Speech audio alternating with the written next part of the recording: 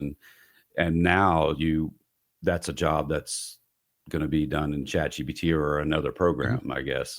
I actually Yeah. know someone. There's a girl that comes to my gym. She just lost her job as a paralegal because a paralegal's job is to gather information, put it together, and give it to the lawyer about cases or previous cases, and that can be just done now. There's actually law AI programs that'll just do that for the lawyer, and Yeah.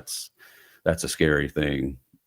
Well, because It's not there's well, scary for the lawyers, but it's scary for people who are losing their income. yeah, it's just and it's about learning how to use AI in your job, Hmm. because even though AI can do that, it doesn't mean it's right. You have to verify it. Because there was an attorney who got in trouble for using a case from ChatGPT that truly I wasn't saw there. that. So I you saw that. really, I tell it to verify what it tells me, because there's now if you haven't used it in a while, there's a thing called deep research, and I've never used ChatGPT. I I use tried that. it once. There was a kid who asked me one day, he's like, could you get it to come up with the lottery numbers? And he worked for me. And I was like, are we allowed to curse? Mhm.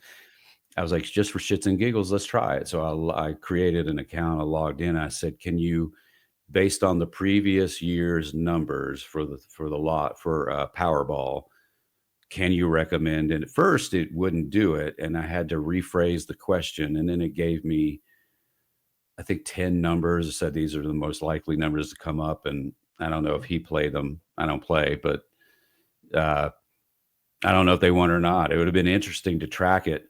Someone said you should write them down and then check it each time. And I thought, well, if I write them down on a piece of paper and then I look and see that I would have won, that will Right. that'll haunt me. So I'll just not do that. Well, I mean, and yeah, I mean, I've used it since it came out in November of 22, and I use it Mhm. like throughout the day constantly.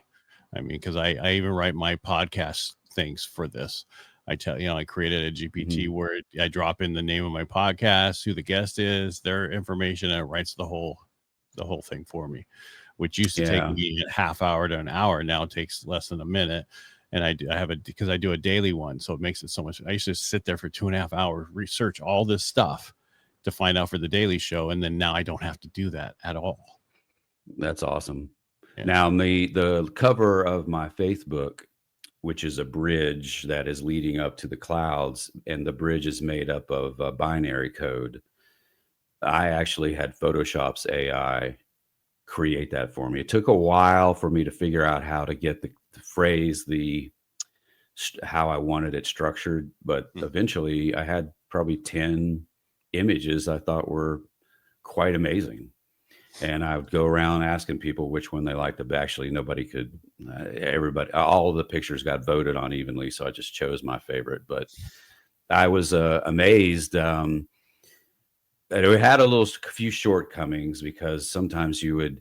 One of the things I've noticed about the AI in Substack and the image creation in Substack and in Photoshop is that it seems to misspell words Mhm. on the images a lot, which is odd That's open. So that's open because you'd think AI. it The would be question is, tied in. yeah. So that's open AI, which everybody's using. Like what I've Mhm. noticed is Chat GPT recently has gotten way better with their image creation. And I find that if you Okay. use it on your phone, which is weird, it creates it so much better on your Really? phone. Yeah, than a desktop. Yeah. I Because might I try that created next time.